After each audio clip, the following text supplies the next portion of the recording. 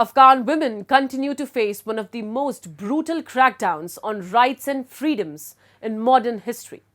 Since seizing power, the Taliban has imposed sweeping restrictions banning education, employment, and even women's voices in public life. Despite growing global outrage, the Taliban remains defiant, dismissing criticism and justifying its oppressive policies. With Afghanistan increasingly isolated on the world stage, the question remains, will the international pressure force change, or will Afghan women continue to suffer in silence? On the eve of International Women's Day, United Nations Secretary General Antonio Guterres issued a stark warning. Women's rights are under attack and the world must take action. Nowhere is this regression more apparent than in Taliban-controlled Afghanistan, where women and girls have been stripped of their most basic freedoms. Decades of progress has been erased, plunging Afghan women into a life of subjugation and fear. We must never accept a world where women and girls live in fear, where their safety is a privilege rather than a non-negotiable right. Despite mounting global pressure, the Taliban issued a statement reaffirming their so-called commitment to safeguarding women's rights. Chief spokesman Zabiullah Mujahid claimed in a social media post that the Islamic Emirate assumes full responsibility for protecting Afghans' women's rights, emphasizing dignity, honor, and legal protections such as dowry entitlements and inheritance rights. However, these claims stand in stark contrast to the harsh realities on the ground.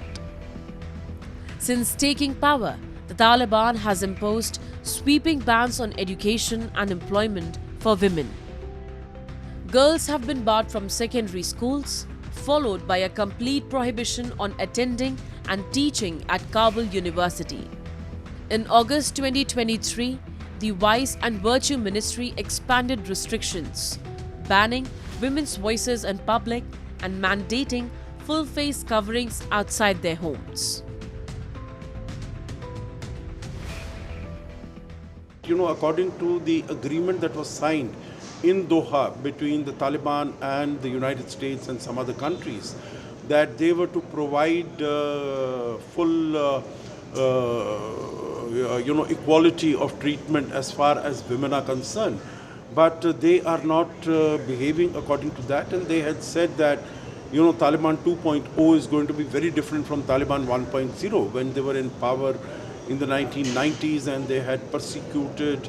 And right now also, whether it is repression, whether it is torture, whether it is not allowing women to go out at all, they are really treated as second-class citizens or worse.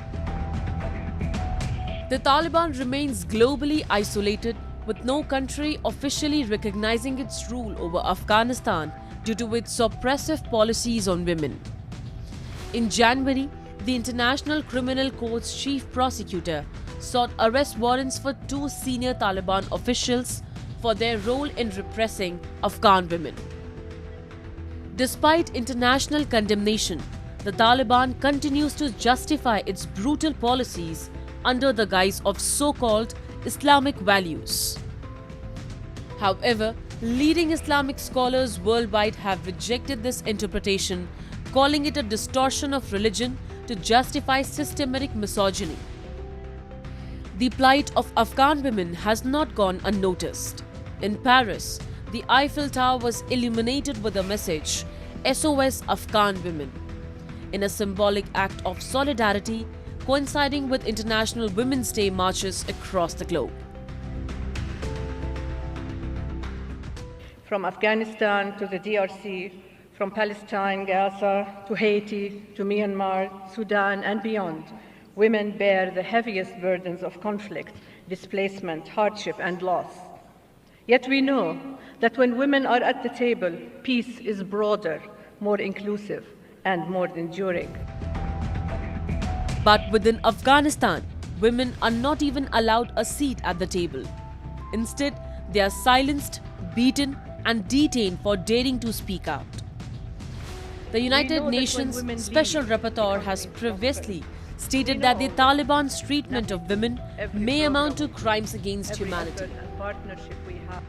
As the Taliban's draconian rule continues, Afghanistan faces increasing diplomatic isolation. But beyond political consequences, the real tragedy lies with the millions of Afghan women who have been stripped of their voices, dreams, and futures. As the world marks another International Women's Day, Afghan women remain prisoners in their own country, waiting for the day when their rights are no longer a distant hope but a lived reality.